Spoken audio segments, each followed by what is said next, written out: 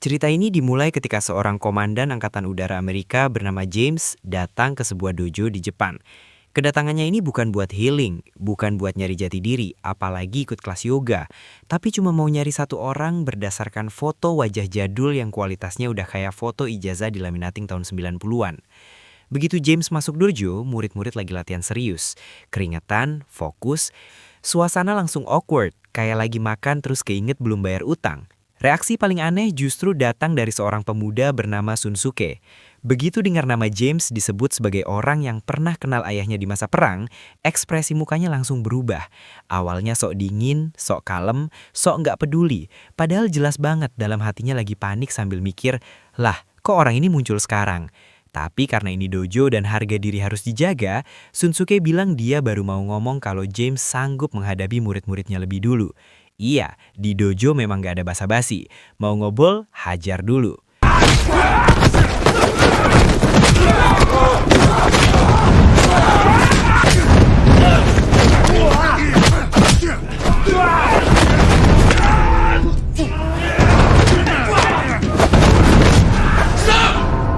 Cerita lalu mundur jauh ke masa Perang Dunia II, tepatnya tahun 1942, saat James masih muda dan hidupnya belum penuh luka batin. Waktu itu James lagi terlibat kejar-kejaran udara melawan pesawat tempur Jepang. Situasinya kurang lebih kayak balapan liar, tapi di udara. Bedanya yang kalah bukan disuruh minggir, tapi langsung jatuh. Dan seperti kebanyakan tokoh utama film perang, pesawat James akhirnya kena tembak. James pun terpaksa mendarat darurat di Pulau Batan, Filipina. Darurat banget karena nggak ada bandara, nggak ada petugas, dan jelas nggak ada spanduk selamat datang. Keesokan paginya, pasukan Jepang mulai menyisir hutan buat memastikan apakah pilot Amerika ini sudah jadi legenda atau masih bisa bikin masalah. James yang sadar dirinya lagi diburu, pakai jurus klasik film survival, yaitu lempar batu ke arah lain. Harapannya musuh salah fokus. Kenyataannya, malah bikin pasukan Jepang makin yakin. Dari yang tadinya patroli santai, langsung mode serius. Dan akhirnya James dikepung dengan puluhan senapan mengarah ke badannya. Dalam kondisi kayak gitu, mau kabur juga percuma. Jadi James memilih pasrah dan dibawa ke barak tawanan berang.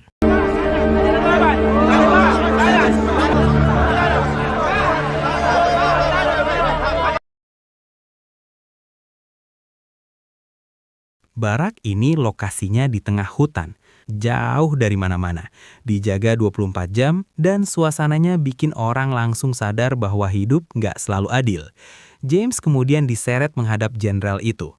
Sosok pemimpin yang kelihatannya tenang, rapi, dan sopan, tapi auranya kayak dosen pembimbing yang jarang senyum. Awalnya James dikira bakal dijadikan tawanan biasa, tapi ternyata dia malah dibawa ke hutan belakang barak. Bukan buat refleksi diri, tapi buat dieksekusi sesuai tradisi. James disuruh berlutut, pedang diangkat, suasana hening, dan semua orang mikir ini pasti tamat. Ternyata belum. James justru berhasil bikin kekacauan, melumpuhkan kapten dan beberapa prajurit, lalu kabur ke hutan kayak orang dikejar deadline. Dalam pelarian, James nemuin bangkai pesawat terbengkalai tanpa mesin. Mau sembunyi di situ, bahaya. Mau lanjut lari, capek. Tapi ya lebih baik capek daripada ketangkep lagi. Sayangnya keberuntungan James nggak lama, karena dia malah kena jebakan babi. Iya, jebakan babi. Musuh udah lewat, alam malah ikut-ikutan. Akhirnya James diseret balik ke barat, capek-capek kabur tapi endingnya balik lagi. Rasanya kayak udah niat resign tapi inget cicilan. Mendengar laporan bahwa beberapa prajurit tumbang hanya oleh satu orang, jenderal itu bukannya marah, malah penasaran. Apalagi setelah nemu lencana komandan di balik saku James, Ito langsung mikir, ini orang bukan sembarang orang. Eksekusi pun ditunda, bukan karena iba, tapi karena Ito punya rencana lain yang vibes-nya udah nggak sehat. Di barak, James mulai kenal sama para tawanan lain. Ada Gabriel, sersan yang masih punya aura pemimpin meski badannya kurus. Ada Berdi, yang jago bahasa Jepang dan jadi Google Translate berjalan. Dan ada Gary, mata-mata botak yang kelihatannya santai tapi otaknya licin. Tipe orang yang kalau diem justru bahaya. Mereka ngasih peringatan singkat. Di tempat ini, hukum cuma satu. Jenderal Ito. Melanggar dikit aja, konsekuensinya panjang dan gak enak. Ito sendiri dikenal sebagai ahli bela diri. Setiap hari selalu ada tontonan siang berupa hukuman di arena. Suatu hari 3 tahanan diseret ke tengah arena karena ketahuan nyolong nasi. Lalu muncullah petarung andalan Ito. Badannya gede, urat keluar, mukanya serius kayak nggak pernah ketawa sejak lahir.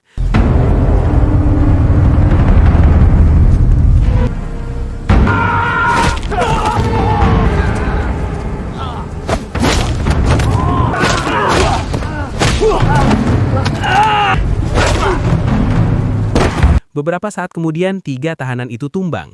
Ito lalu melirik James sambil nyuruh dia masuk arena. Banyak yang ngira pertarungannya bakal lama, penuh jurus, penuh teriakan. Nyatanya kurang dari 2 detik selesai. 1 tendangan, 1 pukulan fokus penuh, dan petarung andalan itu langsung rebahan permanen. Sejak saat itu, James bukan lagi tawanan biasa. Dia jadi bahan eksperimen hidup Ito. Disuruh bertarung terus, bukan buat dihukum, tapi buat diuji. Sementara itu, James diam-diam mulai ngitung pola penjagaan, jadwal patroli, dan lokasi radio. Dengan bantuan teman-temannya, James berhasil mencuri radio dan naik ke sebuah bukit buat nyoba menghubungi pasukan Amerika. Dari radio itu terdengar satu kata aneh yang diulang-ulang, ATSA. Kedengarannya random, tapi ternyata itu bahasa Navajo yang artinya elang, alias kode pasukan udara Amerika. Artinya satu hal, bantuan sudah dekat. Kecurigaan itu makin jadi. James kembali dipukuli.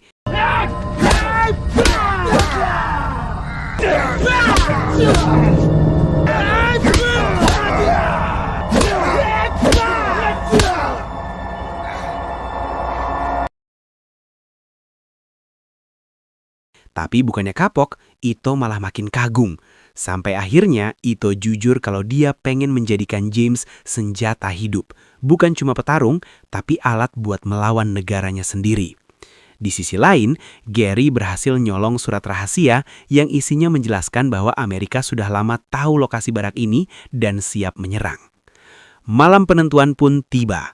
Sinyal dikirim, pesawat datang, dan barak langsung chaos. Penjagaan berantakan, tahanan kabur, dan suasananya kayak pasar malam tapi versi panik. Di tengah kekacauan itu, James malah balik lagi ke barak buat nolong yang lain. Disitulah terjadi konfrontasi terakhir antara James dan Jenderal Ito. Duel penuh emosi, penuh drama, dan penuh trik licik.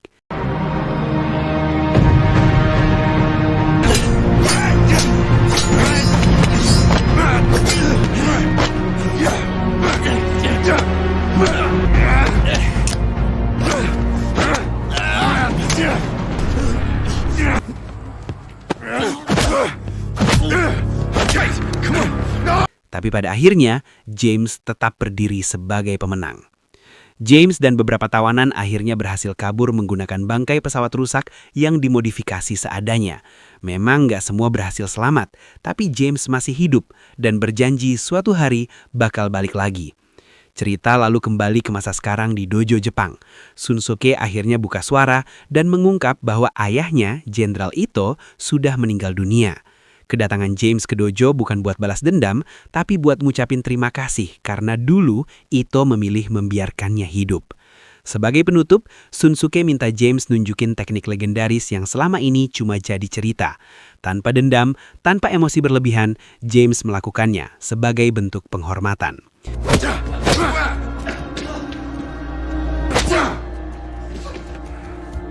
Show me.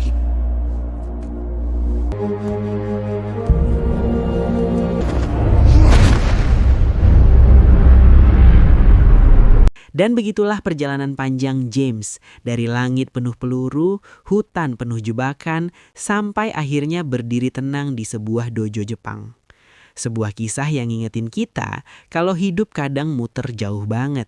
Film ini bukan cuma soal adu otot atau siapa yang paling kuat, tapi soal bertahan, menghormati lawan, dan gak kehilangan arah meski dunia lagi berantakan. Terima kasih sudah nonton sampai habis. Kalau cerita ini kena di hati, boleh di-like. Kalau senyum dikit, silahkan subscribe. Dan kalau ketawa, berarti misi kita hari ini berhasil. Sampai ketemu di cerita film berikutnya.